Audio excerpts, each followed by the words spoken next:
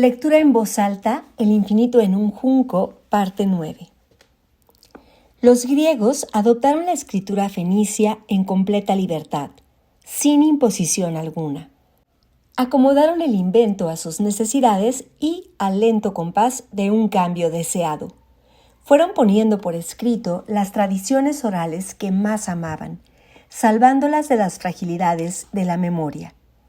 Disfrutaron de la misma independencia en su época oral y en su vida alfabética. Es un caso excepcional. Muchas culturas orales, por el contrario, han terminado en una brusca colisión, cercadas o invadidas por pueblos que les han impuesto por la fuerza su lengua y la palabra escrita.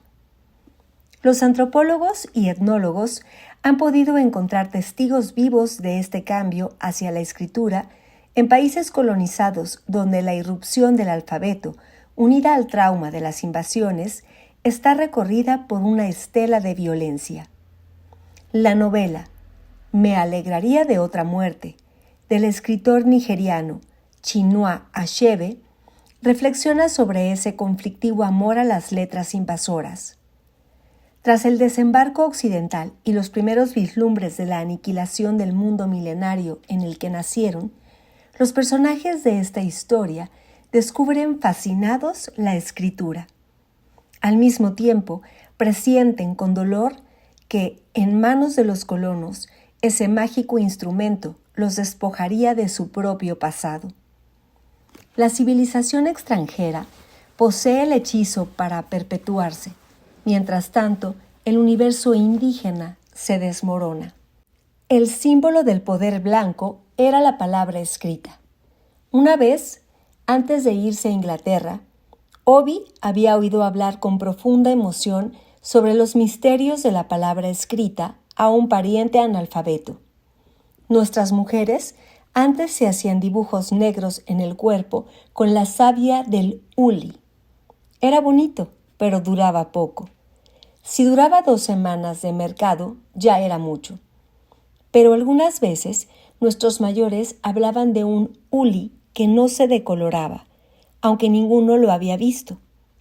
Hoy lo vemos en la escritura del hombre blanco. Si vas a los tribunales nativos y miras los libros de los escribanos de hace 20 años o más, están todavía como el día que los escribieron. No dicen una cosa hoy y otra mañana, o una cosa este año y otra el que viene. En un libro, Okoye hoy no puede ser Okongwo mañana. En la Biblia, Pilatos dice, lo escrito, escrito está. Es un uli que nunca se destiñe. No sabemos su nombre, ni dónde nació, ni cuánto tiempo vivió. Lo llamaré él porque lo imagino hombre. Las mujeres griegas de la época no tenían libertad de movimientos. Les estaban prohibidas la independencia y la iniciativa para hacer algo así. Él vivió en el siglo VIII a.C., hace 29 siglos. Cambió mi mundo. Mientras escribo estas líneas, me siento agradecida a ese desconocido olvidado que con su inteligencia consiguió un avance maravilloso, aunque quizá no fue consciente de la trascendencia de su hallazgo. Lo imagino viajero, tal vez isleño. Con seguridad fue amigo de curtidos mercaderes fenicios de rostro bronceado. Seguramente bebió con ellos en las tabernas de los puertos, de noche, aspirando el olor del salitre en el aire mezclado con el humo que subía de un platillo de sepia sobre la mesa, mientras escuchaba historias de mar. Barcos cabalgando en las tormentas, olas como cordilleras, naufragios, costas extrañas, misteriosas voces de mujer en la noche. Pero lo que a él le fascinaba sobre todo era un talento de los marinos en apariencia humilde y sin épica. ¿Cómo podían escribir tan deprisa unos sencillos mercaderes? Los griegos habían conocido la escritura en la época del apogeo cretense y de los reinos micénicos, con sus constelaciones de signos arcanos al servicio solo de la contabilidad palaciega. sistemas silábicos de gran complejidad y un uso muy limitado, elitista. Los tiempos de saqueos e invasiones, junto a la pobreza de los últimos siglos, casi habían sepultado en el olvido aquellos laberintos de signos. Para él, para quien el arte de la escritura era un símbolo de poder, los rápidos trazos de los marinos fenicios fueron una revelación. Sintió asombro, vértigo, deseos de poseer su secreto. Decidió descifrar los misterios de la palabra escrita. Consiguió uno o varios informantes letrados, tal vez pagándoles de su propia bolsa. El lugar donde sucedieron los encuentros probablemente fuera una isla. Las mejores candidatas son Tera, Melos y Chipre, o incluso la costa libanesa, como, por ejemplo, el puerto de Al-Mina, donde los mercaderes eubeos estaban en trato constante con los fenicios.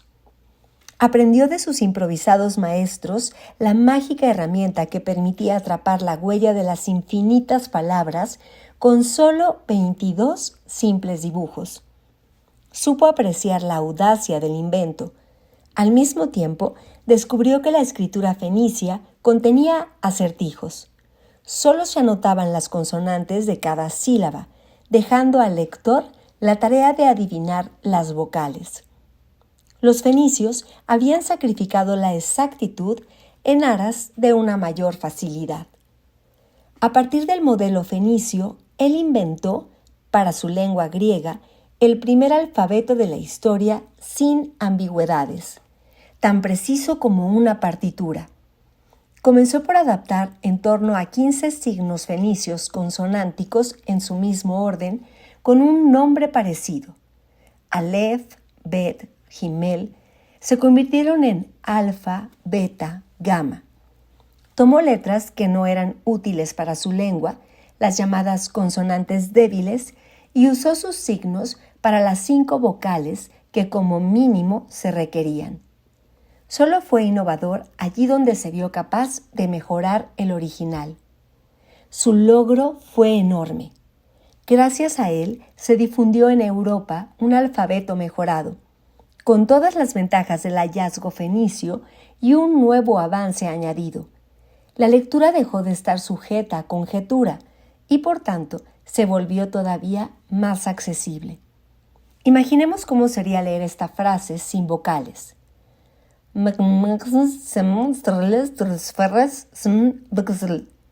Pensemos por un instante en la dificultad de identificar la palabra idea a partir de la consonante D o aéreo desde tan solo una R. No sabemos nada sobre ese desconocido. Solo nos queda la fantástica herramienta que nos regaló. Su identidad es una huella borrada por las olas, pero no hay duda de que existió. Los expertos piensan que la invención del alfabeto griego no fue un proceso anónimo a cargo de una colectividad, sin nombre ni rostro. Fue un acto individual, deliberado e inteligente que exigió una gran sofisticación auditiva para identificar las partituras básicas, consonantes y vocales que componen las palabras. Un acontecimiento único que se realizó en un momento determinado y en un único lugar. En la historia de la escritura griega no hay indicios de un tránsito gradual desde un sistema menos completo a uno más acabado. Tampoco hay rastros de formas intermedias, ensayos, vacilaciones ni de retrocesos. Hubo alguien, ya nunca averiguaremos quién, un sabio anónimo, asiduo de tabernas hasta el amanecer, amigo de los navegantes forasteros en un lugar bañado por el mar, que se atrevió a forjar las palabras del futuro, dando forma a todas nuestras letras. Y nosotros seguimos escribiendo, en esencia, de la misma manera que imaginó el creador de este instrumento prodigioso. Gracias al alfabeto, la escritura cambió de manos. En la época de los palacios micénicos, Un reducido grupo de expertos y escribas registraban en tablillas de barro la contabilidad de palacio. Los monótonos inventarios de riquezas son el único rastro escrito de aquella época. En cambio, en la Grecia del siglo VIII a.C., el nuevo invento reveló un paisaje distinto. Los primeros restos alfabéticos que conocemos aparecieron en vasos de cerámica o sobre piedra. Las palabras que los alfareros y canteros grabaron ya no hablaban de ventas y posesiones, esclavos, bronce, armas, caballos, aceite o ganado. Eternizan instantes especiales de las vidas de personas comunes que participan en banquetes, que bailan, beben y celebran sus placeres. Han sobrevivido unas 20 inscripciones fechadas entre el año 750 y el 650 a.C. La más antigua es el vaso de Dipilón, encontrado en un antiguo cementerio de Atenas. El ejemplo más remoto de escritura alfabética, aunque incompleto, es un verso sensual y evocador. El bailarín que dance con mayor destreza. Esas sencillas palabras nos trasladan a un simposio celebrado en una residencia griega con risa, juegos, vino y un concurso de baile para los invitados, cuyo premio es el vaso mismo. Homero describió en la Odisea este tipo de competiciones festivas que eran frecuentes en los banquetes y para los griegos formaban parte de su concepto de la buena vida. A juzgar por los términos de la inscripción, el tipo de danza sería acrobática, enérgica, cargada de erotismo. Por eso imaginamos que el ganador del concurso debía de ser muy joven, capaz de realizar el gran esfuerzo físico, las volteretas y los saltos que el baile exigía.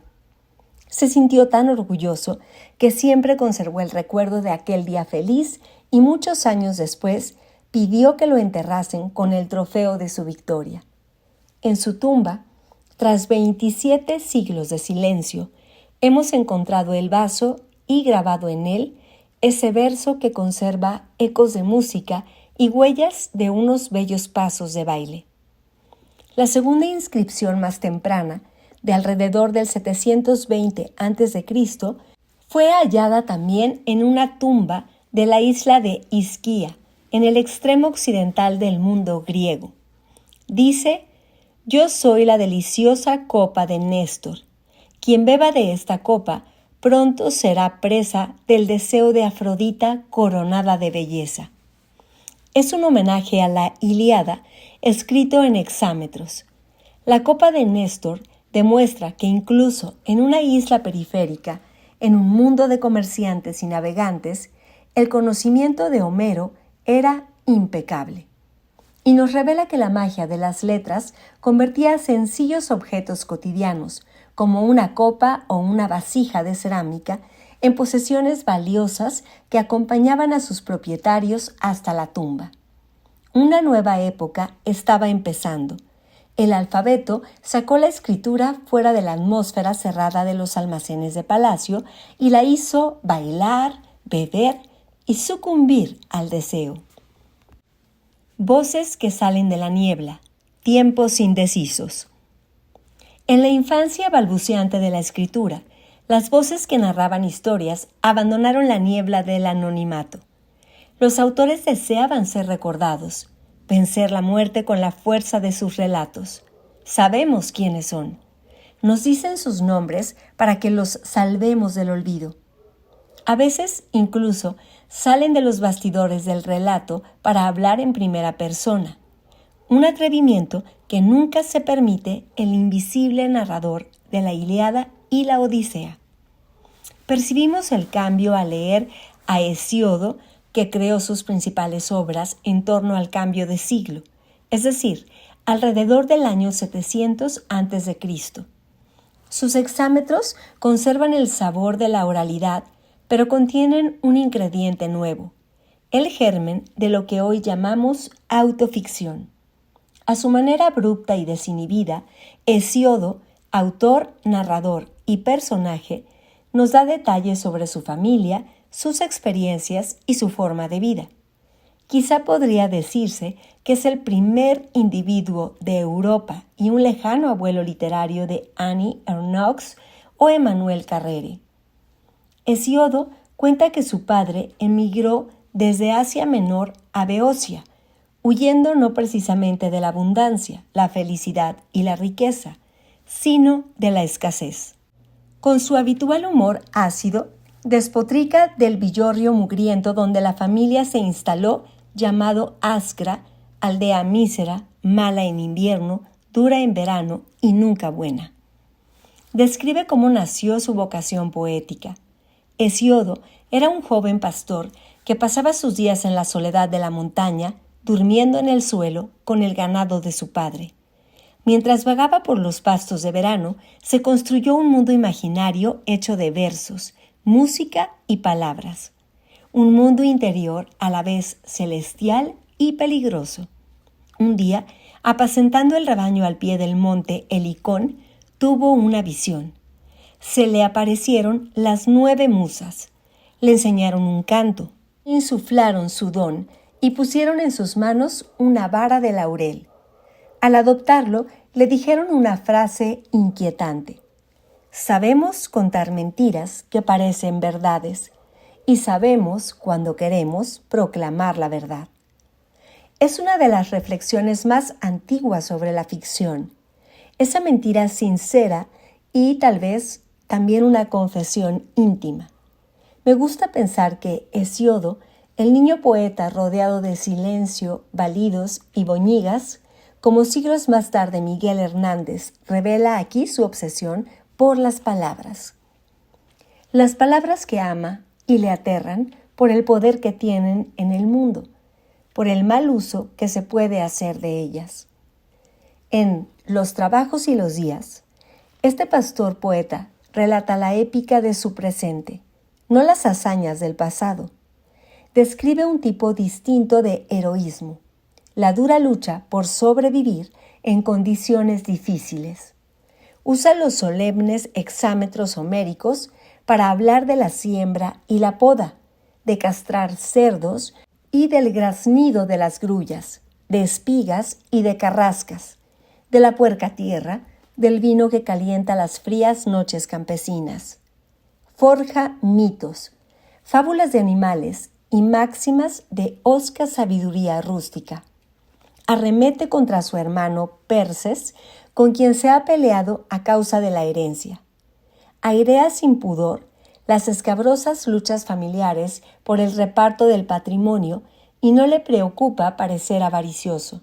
Todo lo contrario, es un labrador orgulloso de saber cuánto vale la tierra.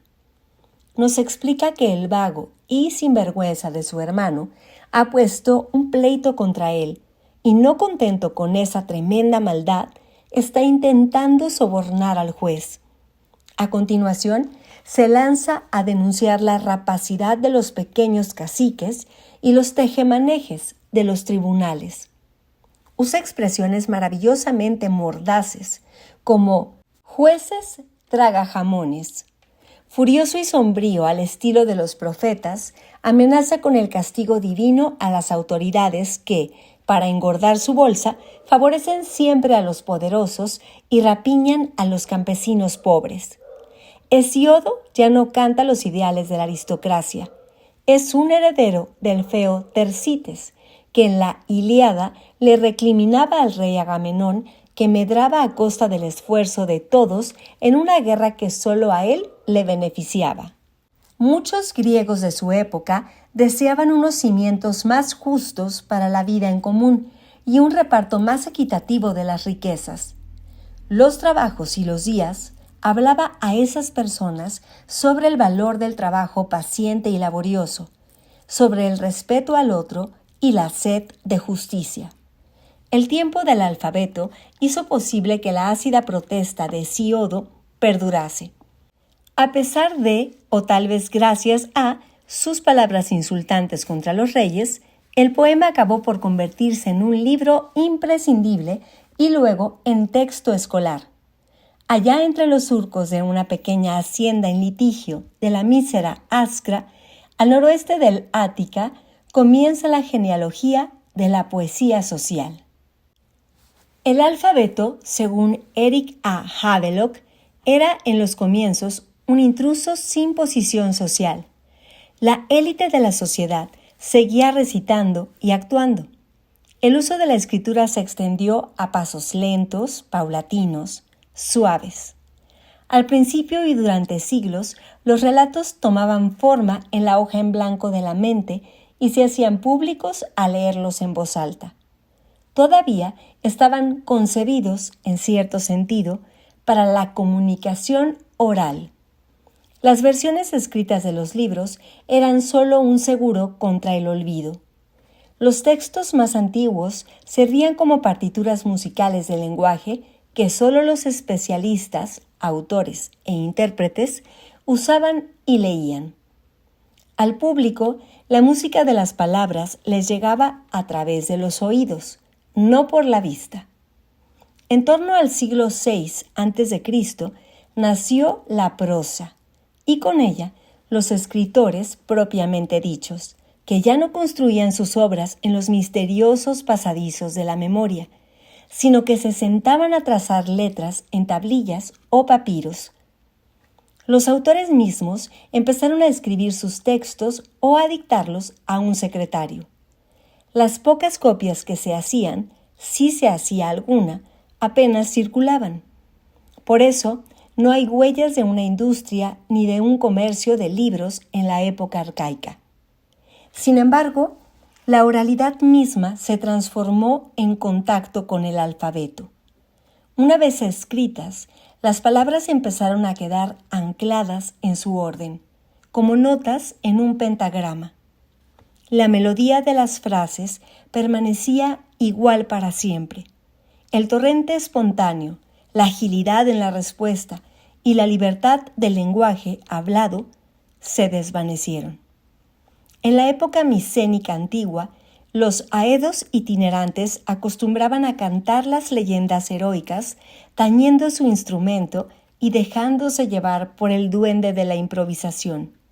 Pero, con la aparición de los libros escritos, fueron sustituidos por los rapsodas, que recitaban textos memorizados, siempre idénticos y sin acompañamiento musical, dando golpes de metrónomo con un bastón para marcar el ritmo. En la época de Sócrates, los textos escritos aún no eran una herramienta habitual y todavía despertaban recelos. Los consideraban un sucedáneo de la palabra oral, liviana, alada, sagrada. Aunque el Atenas del siglo V a.C. ya contaba con un incipiente comercio de libros, no sería hasta un siglo después, en tiempos de Aristóteles, cuando se llegase a contemplar sin extrañeza el hábito de leer. Para Sócrates, los libros eran ayudas de la memoria y el conocimiento, pero pensaba que los verdaderos sabios harían bien en desconfiar de ellos. Esta cuestión inspiró un diálogo platónico titulado Fedro, que transcurre a pocos pasos de las murallas de Atenas, bajo la sombra de un frondoso plátano a la orilla del río Iliso. Allí, en la hora cálida de la siesta, con el fondo sonoro de las cigarras, nace una conversación sobre la belleza que deriva misteriosamente hacia el ambiguo don de la escritura. Hace siglos, le dice Sócrates a Fedro, el dios Teut de Egipto, inventor de los dados, el juego de damas, los números, la geometría, la astronomía y las letras, visitó al rey de Egipto y le ofreció estas invenciones para que las enseñase a sus súbditos. Traduzco las palabras de Sócrates. El rey Tamus le preguntó entonces qué utilidad tenía escribir, y Teut le replicó, este conocimiento, oh rey, hará más sabios a los egipcios. Es el elixir de la memoria y de la sabiduría. Entonces Tamus le dijo, oh Teut, por ser el padre de la escritura, le atribuyes ventajas que no tiene. Es olvido lo que producirán las letras en quienes las aprendan, al descuidar la memoria, ya que, fiándose de los libros, llegarán al recuerdo desde fuera. Será, por tanto, la apariencia de la sabiduría, no su verdad, lo que la Escritura dará a los hombres. Y cuando haya hecho de ellos entendidos en todo, sin verdadera instrucción, su compañía será difícil de soportar, porque se creerán sabios en lugar de serlo. Tras escuchar el exótico mito egipcio, Fedro dice estar de acuerdo con su maestro. Es lo habitual en los modosos seguidores de Sócrates que nunca osan llevarle la contraria.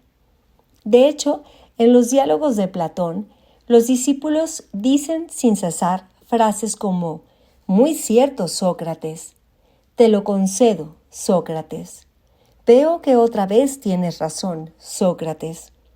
Aunque su interlocutor ya se ha rendido, el filósofo lanza una última estocada. La palabra escrita parece hablar contigo como si fuera inteligente, pero si le preguntas algo porque deseas saber más, sigue repitiéndote lo mismo una y otra vez. Los libros no son capaces de defenderse. Sócrates temía que por culpa de la escritura los hombres abandonasen el esfuerzo de la propia reflexión. Sospechaba que, gracias al auxilio de las letras, se confiaría el saber a los textos y sin el empeño de comprenderlos a fondo. Bastaría con tenerlos al alcance de la mano. Y así ya no sería sabiduría propia, incorporada a nosotros e indeleble, parte del bagaje de cada uno, sino un apéndice ajeno. El argumento es agudo y todavía nos impacta. Ahora mismo estamos inmersos en una transición tan radical como la alfabetización griega. Internet está cambiando el uso de la memoria y la mecánica misma del saber.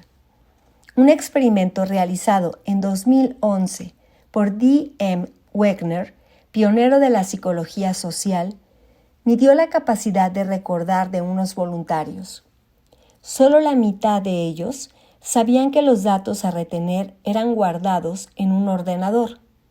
Quienes pensaron que la información quedaba grabada, relajaron el esfuerzo por aprenderla. Los científicos denominan efecto Google a este fenómeno de relajación memorística. Tendemos a recordar mejor dónde se alberga un dato que el propio dato. Es evidente que el conocimiento disponible es mayor que nunca, pero casi todo se almacena fuera de nuestra mente. Surgen preguntas inquietantes. Bajo el aluvión de datos, ¿dónde queda el saber? Nuestra perezosa memoria viene a ser una agenda de direcciones donde buscar información, sin rastro de la información misma. Somos en el fondo más ignorantes que nuestros memoriosos antepasados de los viejos tiempos de la oralidad. La gran ironía de todo este asunto es que Platón explicó el menosprecio del maestro por los libros en un libro, conservando así sus críticas contra la escritura para nosotros, sus lectores futuros. Más allá de ciertos límites, la única posibilidad de expandir nuestra memoria depende de la tecnología. Esas transformaciones son a la vez peligrosas y fascinantes. La línea que separa nuestras mentes de Internet se está volviendo cada vez más borrosa.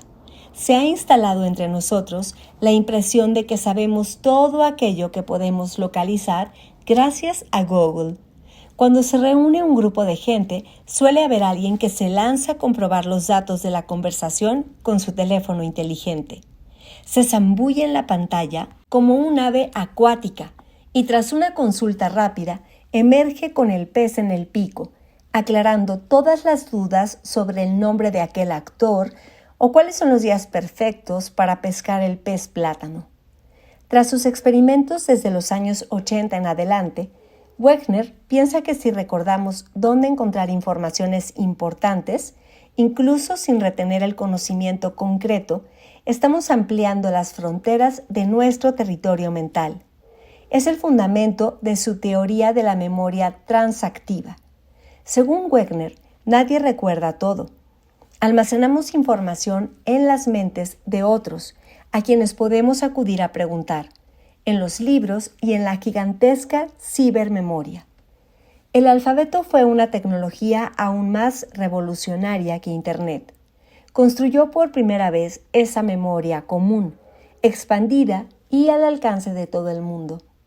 Ni el saber ni la literatura completa caben en una sola mente, pero, gracias a los libros, cada uno de nosotros encuentra las puertas abiertas a todos los relatos y todos los conocimientos. Podemos pensar, como vaticinaba Sócrates, que nos hemos vuelto un puñado de engreídos ignorantes, o que, gracias a las letras, formamos parte del cerebro más grande y más inteligente que ha existido nunca. Borges, que pertenecía al grupo de los que piensan de la segunda manera, escribió: de los diversos instrumentos del hombre, el más asombroso es, sin duda, el libro. Los demás son extensiones de su cuerpo. El microscopio y el telescopio son extensiones de su vista. El teléfono es extensión de la voz. Luego tenemos el arado y la espada, extensiones de su brazo. Pero el libro es otra cosa. El libro es una extensión de la memoria y de la imaginación. Sócrates dijo a Fedro, en aquel deslumbrante mediodía a las afueras de Atenas, que las palabras escritas son signos muertos y fantasmales, hijas ilegítimas del único discurso vivo, el oral. El poeta Friedrich Hölderlin, nacido 23 siglos más tarde, habría deseado viajar en el tiempo hasta aquel lejano día y aquel tranquilo prado, bajo la sombra de los plátanos, donde Iliso corría entre las flores, donde Sócrates conquistaba los corazones y Aspasia paseaba entre los mirtos, mientras resonaba el ágora ruidosa y mi Platón forjaba paraísos. Es algo que sucede con frecuencia. Los tiempos que unos consideran decadentes, mientras los viven, son la región de la nostalgia para otros. Hölderlin creía ser un antiguo ateniense trasplantado a la inhóspita Alemania. Su verdadera patria era aquel siglo dorado contra el que Sócrates despotricaba por destruir la auténtica sabiduría. Con apenas 30 años, el poeta alemán empezó a sufrir crisis mentales. Cuentan que padecía accesos de ira, agitación y ataques de verborrea que no podía controlar. Declarado enfermo incurable, sus parientes lo ingresaron en una clínica. En el verano de 1807, visitó a Hölderlin en su encierro un ebanista llamado Ernest Zimmer, entusiasmado por su libro Hiperión, y decidió llevárselo a vivir a su casa, junto al río Neckar. Allí permaneció el poeta hasta su muerte en 1843, siempre al cuidado de la familia de su lector. Sin apenas conocerlo, Zimmer decidió recoger, alimentar y cuidar en su demencia al autor de la novela que amaba. Las calladas palabras de un libro forjaron durante casi 4 décadas un vínculo más fuerte que el parentesco entre dos extraños. Tal vez las letras sean solo signos muertos y fantasmales, hijas ilegítimas de la palabra oral, pero los lectores sabemos insuflarles vida. Me encantaría contarle esta historia al viejo y gruñón Sócrates. Fahrenheit 451 es la temperatura a la que arden los libros y el título que Ray Bradbury eligió para su fantasía futurista, o no tan futurista.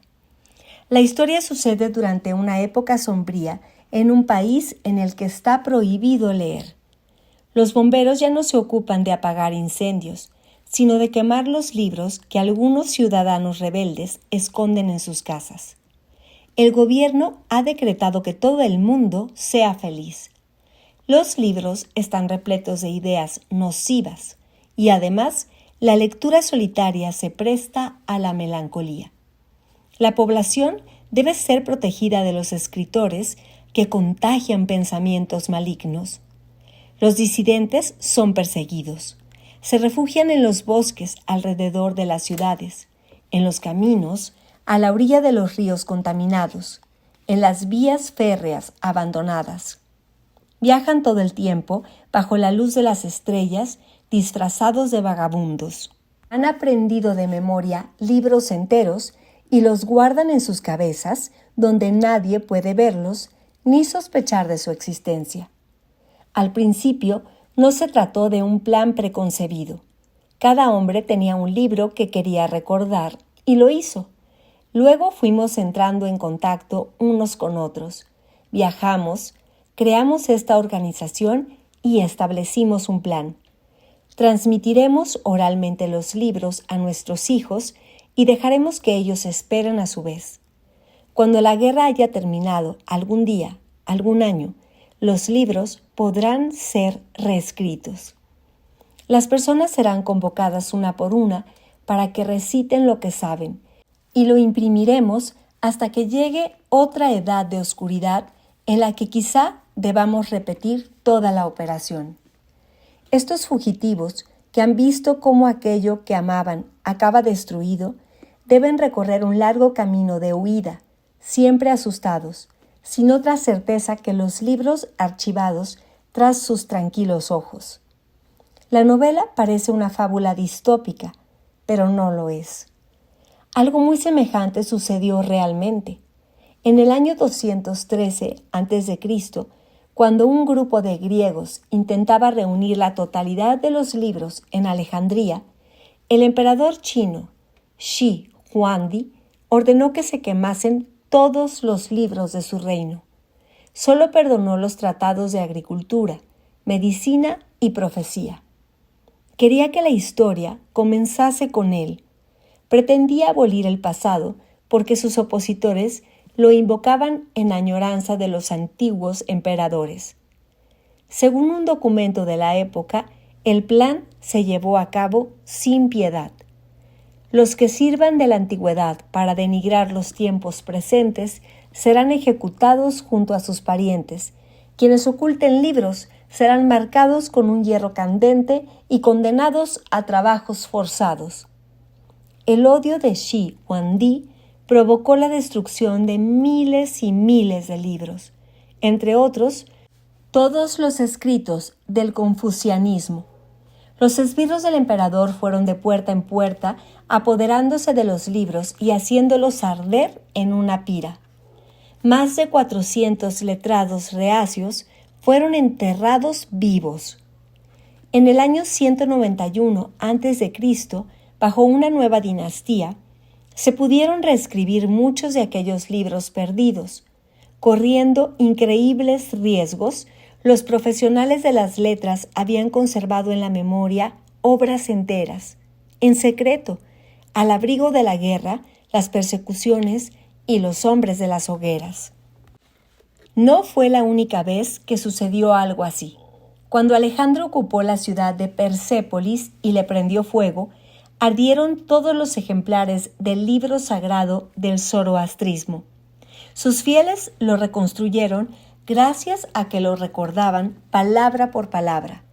Al mismo tiempo que Bradbury imaginaba su fantasía distópica durante los años de crueldad del estalinismo, 11 amigos de Ana Akhmatova iban memorizando los poemas de su desgarrador libro Requiem, a medida que los escribía, para preservarlos de cualquier desgracia que pudiera ocurrirle a la autora. La escritura y la memoria no son adversarias. De hecho, a lo largo de la historia se han salvado la una a la otra. Las letras resguardan el pasado y la memoria los libros perseguidos. Durante la antigüedad, cuando todavía perduraban destellos de la cultura oral, cuando había menos libros y se releían más, no era extraño que los lectores aprendieran obras enteras de memoria. Sabemos que los rapsodas recitaban en varias sesiones los 15.000 versos de la Ilíada y los 12.000 de la Odisea. También personas corrientes eran capaces de repetir fielmente largos textos literarios. Agustín de Hipona recuerda en uno de sus libros a su compañero de estudios, Simplicio, que recitaba discursos completos de Cicerón y todos los poemas de Virgilio, es decir, miles y miles de versos, desde atrás hacia adelante, en orden inverso. Al leer, tallaba las frases que le conmovían en las tablillas enceradas de la memoria para recordarlas y recitarlas a voluntad, como si estuviera mirando las páginas de un libro. Un médico romano del siglo II, llamado Antilo, llegó más lejos, afirmando incluso que memorizar libros era bueno para la salud. Sostenía una divertida y extravagante teoría al respecto. Quienes nunca han hecho el esfuerzo de memorizar un relato, unos versos, un diálogo, decía, tienen mayores dificultades para eliminar de su cuerpo ciertos fluidos perjudiciales. En cambio, los que pueden recitar largos textos de memoria expulsan sin problemas esas sustancias dañinas mediante la respiración. Tal vez sin saberlo, nosotros, como los fugitivos de Bradbury, los letrados chinos, los seguidores de Zoroastro o los amigos de Ana Akhmatova, conservamos ciertas páginas que nos importan a salvo en la mente. Yo soy la República de Platón, dice un personaje de Fahrenheit 451. Yo soy Marco Aurelio. El capítulo 1 del Walden de Thoreau vive en Green River, el capítulo 2 en Willow Farm. Hay un pueblecito con solo 27 habitantes que alberga los ensayos completos de Bertrand Russell, divididos en tantas páginas como personas hay. Uno de los desarrapados rebeldes, con el pelo sucio y mugre en las uñas, bromea: nunca juzgue un libro por su cubierta. En cierto sentido, todos los lectores llevamos dentro íntimas bibliotecas clandestinas de palabras que nos han dejado huella.